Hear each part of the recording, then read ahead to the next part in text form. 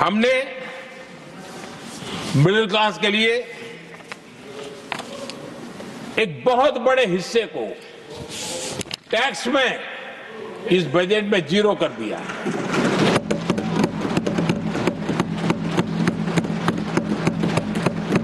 दो 2013 में 2 लाख तक की आय टैक्स में मुक्ति थी, इनकम टैक्स में 2 लाख तक मुक्ति थी। आज हमने 12 लाख तक टैक्स में मुक्ति कर दी। हम 70 साल से ऊपर के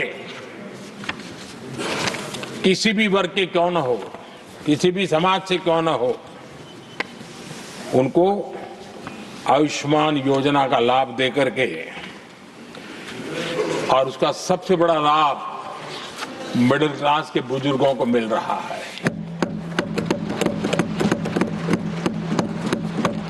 आदरणीय सभापति जी, हमने देश में 4 करोड़ घर बनाकर हमारे देशवासियों को दिए, जिसमें से 1 करोड़ से ज्यादा घर शहरों में बने हैं।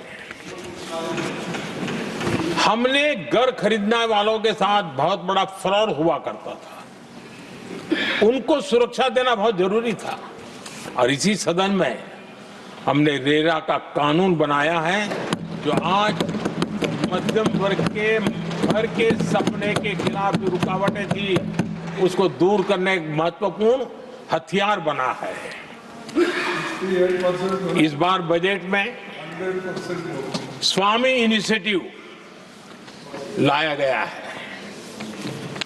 जो हाउसिंग प्रोजेक्ट अटके हुए हैं, जिसमें मध्यम वर्ग के पैसे रुके हुए हैं और उनकी सुविधाएं अटकी हुई हैं, उनके उस काम के लिए 15,000 करोड़ रुपया इस बजट में हमने आवंटित किया है, ताकि मध्यम वर्ग के उन सपनों को पूरा कर सकें।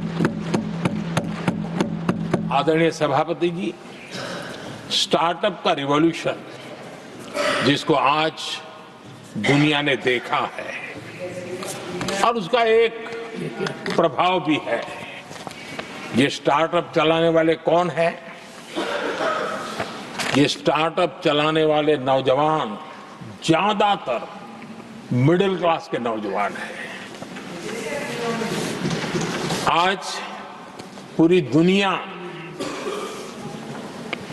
भारत के प्रति आकर्षित है, खास करके G20 समूहों की देश के 50-60 स्थानों पर जो मीटिंगें हुई, उसके कारण भारत को जो पहले सभी दिल्ली, मुंबई या बेंगलुरु मानते थे, भारत को विशालता का उनको पता चला है, और आज विश्व का भारत के टूरिज्म के प्रति आकर्षण बढ़ा है।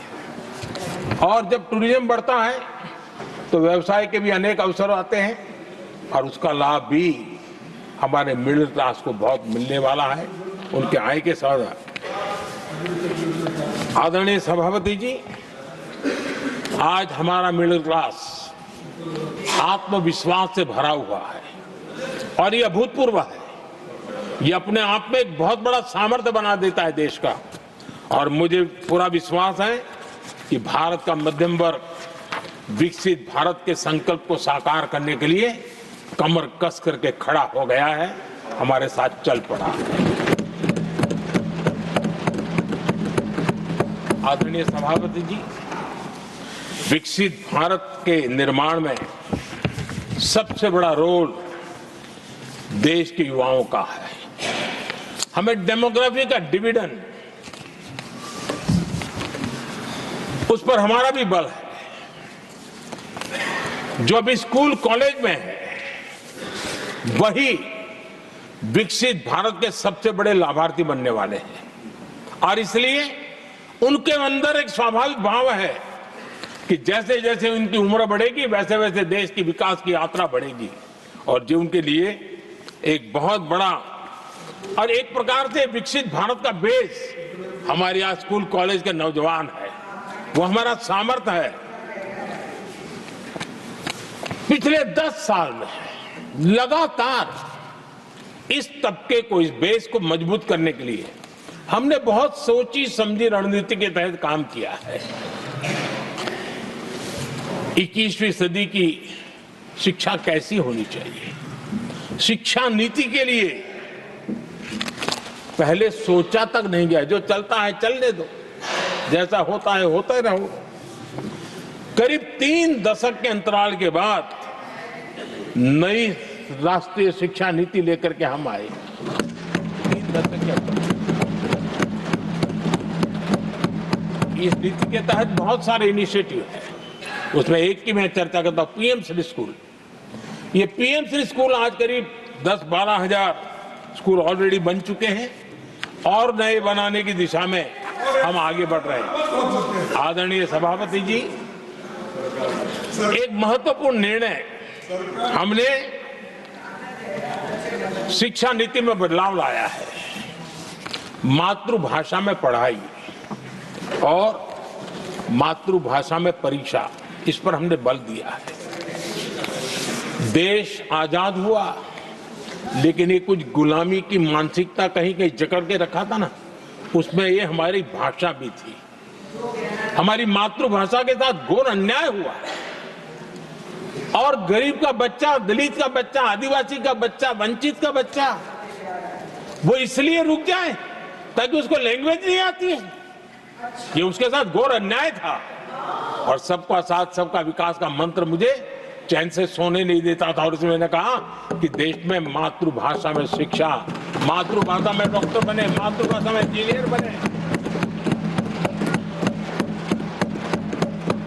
जिनको अंग्रेजी भाषा पढ़ने नसीब नहीं हुई, उनके सामर्थ्य को हम रोक नहीं सकते। हमने बहुत बड़ा बदलाव किया है और उसके कारण आज गरीब माँ का, विधवा माँ का भी बच्चा आज डॉक्टर इंजीनियर के सपने देखने लगा।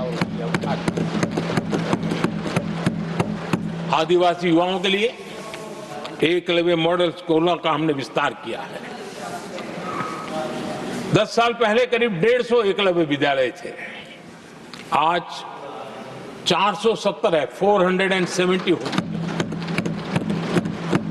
और अब हम 200 और ज्यादा एकलव्य स्कूल की दिशा में आगे बढ़ रहे हैं।